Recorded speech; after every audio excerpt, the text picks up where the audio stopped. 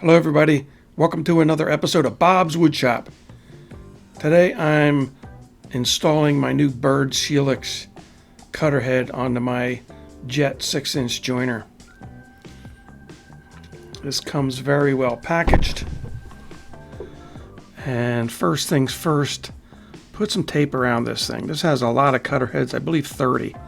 And put a masking tape around there because this thing can bite you very easily. And even though I did this, one of them still got me and I got a little cut on one of my fingers. So this is definitely a must do if you want to get out of this unscathed.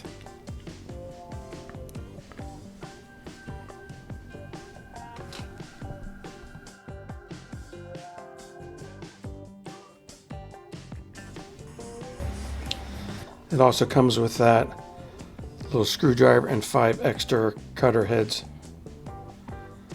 So first things first, after putting the tape on, is just getting the unit out, unplugging it.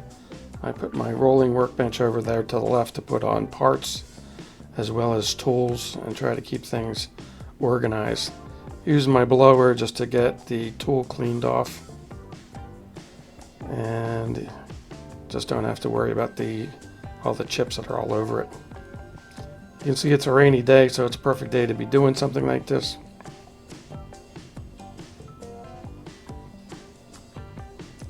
So the fence comes off real easily. Then you got 2 big cap screws right here. And this comes off relatively easily also. Not really a problem.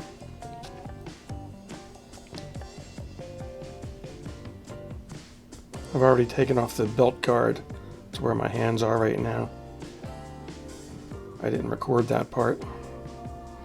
So once these are loosened up, this just lifts right up. You can see there's a lot of surface rust on the support arm as well as the bed, and I did clean that up a little bit later on, which I did not record. And I did that with my sander, as well as then I put on some Johnson's paste wax.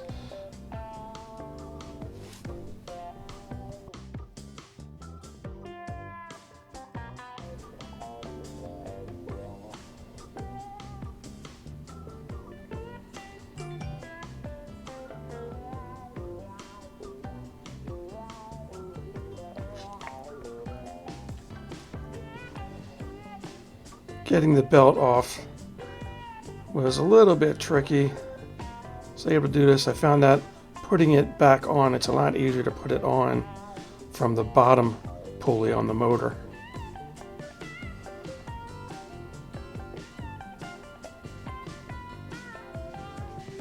So this is not exactly what I would call finesse, but I did mess with it. Certainly be very careful when doing this. Ooh, finally got it. Okay, don't use a screwdriver.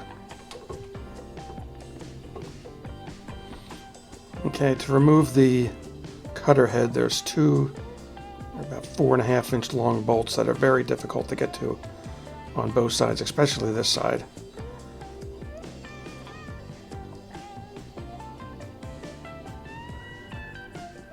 The head of that bolt almost bottoms out on a piece of metal. And it looks like it's not going to come out, but it just drops onto that piece of metal with maybe a 64th of an inch clearance. But you do not have to take that particular bolt out on the motor side.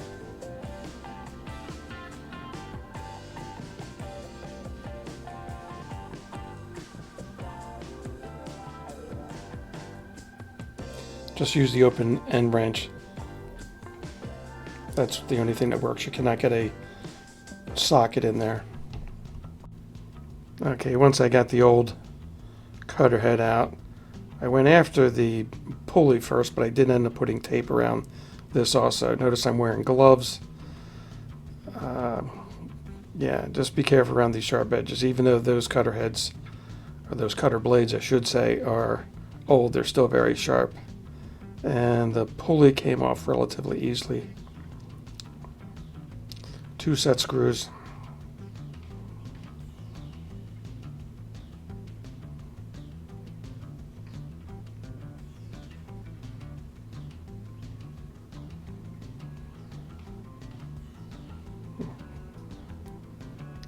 don't lose that key.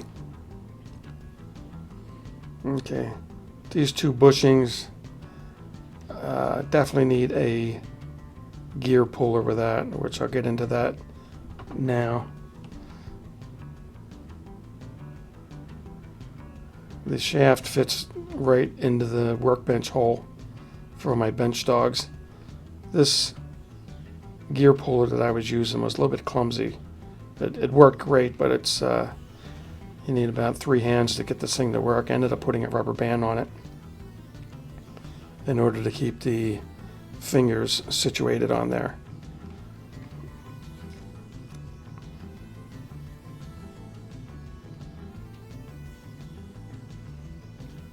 So you notice, yeah, that's the old one with the tape on it as I'm taking these off. There's the rubber band I was mentioning.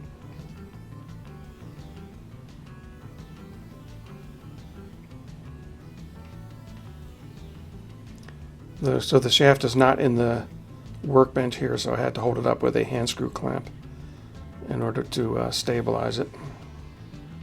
Kind of stabilize it. Yeah, that works a little bit better. Okay.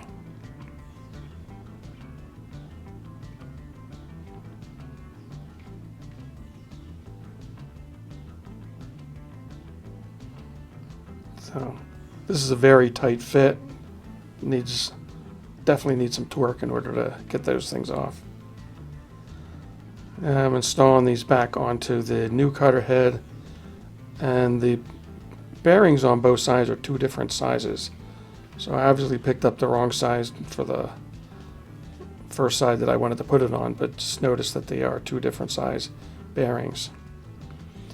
And then once that's in, I cleaned up the space where those things sit, and then trying to get back into getting the bolts lined up.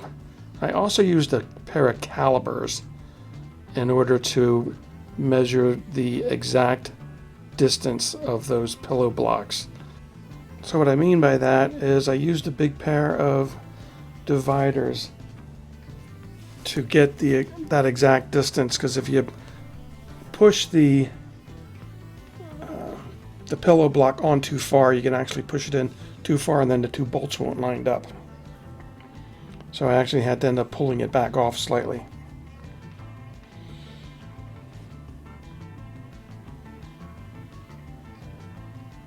So once that's in, go ahead and put the fan belt cover on. And then go ahead and put those 2 screws back in. Just do a little tappy tap tap in order to get that nice and level.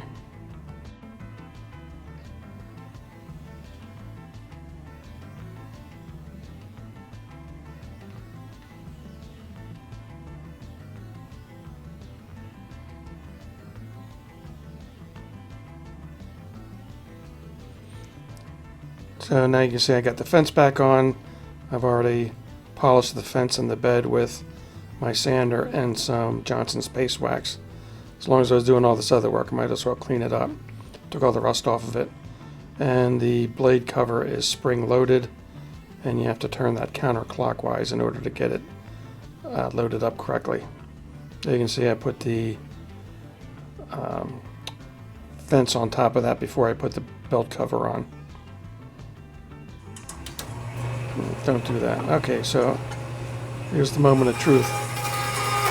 This thing is definitely a lot quieter, and it cuts very nice. I'm very happy with this. Overall, this joiner has been great. I've liked this joiner. I've probably had this for about 10 years now. Works great. Never liked changing the blades. But now with this, it's very easy to change the blades. You get a nick or something, you just rotate one of the heads. Overall, this project is very easy. It takes about an hour, and you will be happy that you did this. I'll do some of the big piece. This is a big piece of maple.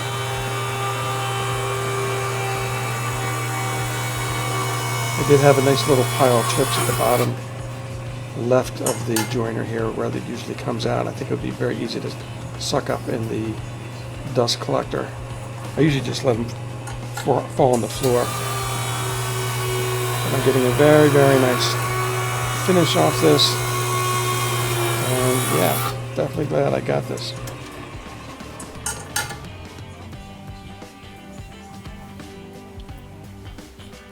So that wraps up another episode of Bob's Woodshop. You know the deal. Please like and subscribe and tell your friends. Hope you enjoyed my video, and thanks for spending a few minutes of your day with me. Have fun and stay safe in your shop. Goodbye.